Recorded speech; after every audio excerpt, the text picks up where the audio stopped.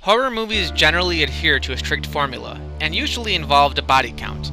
You had the monster movies of the 30s, 40s, and 50s, the Hitchcock suspense films of the 60s, the gritty realism of the 70s, which brings us to the schlocky slashers of the 80s.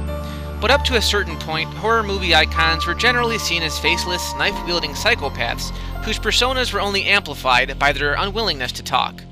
But in 1984, we were given a new face in terror. That face belonged to Freddy Krueger.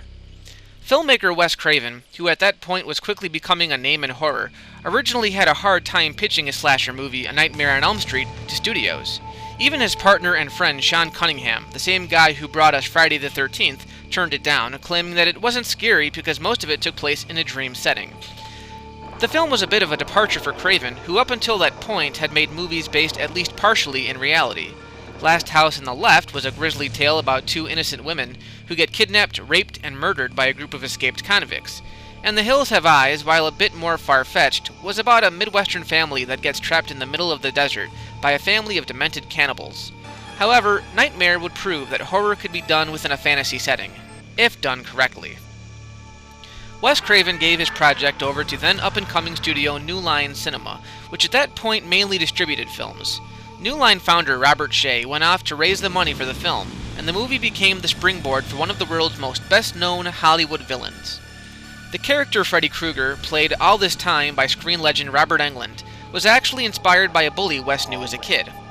The design for the character was partially inspired by an encounter the director had with a wandering stranger who one evening peeked in at Wes through his living room window. The red and green striped sweater that Freddy always wears was derived from the fact that red and green are the two hardest colors for the human eye to process, thus making Freddy's appearance even more menacing.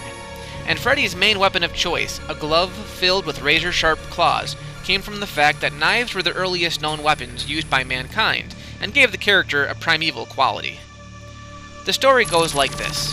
A closely knit group of high school companions keep sharing the same reoccurring dream of a terribly burned apparition bearing knives for fingers. Nancy, you dreamed about the same creep I did.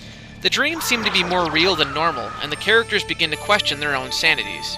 It's later revealed that the dreams are of the late Fred Krueger, a child murderer who killed a bunch of innocent children, and who was actually set free during his trial due to a technicality. Enraged, the parents of Elm Street formed a lynch mob and burned Freddy alive. Freddy then came back as a dream walker, avenging his death by killing kids in their dreams. What makes the film work is that it never lets on whether we're in a dream or in reality.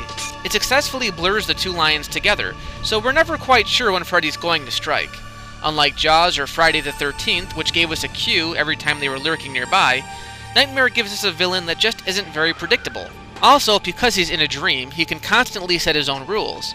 He distorts his form and even mutilates himself in order to spark further terror into his victims.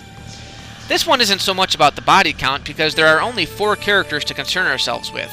Rod, the bad-tempered hot rod, Tina, the timid girlfriend, Glenn, played by a young Johnny Depp, and the protagonist, Nancy Thompson, played by the beautiful Heather Langenkamp. While all the characters maintain a sense of realism, it's Nancy that possesses the most familiar qualities. She suffers from a broken family, she sticks to her morals, and she's strong when she has to be. Morality sucks. By herself, she figures out how to stop her nightmare by pulling an object out from her dream.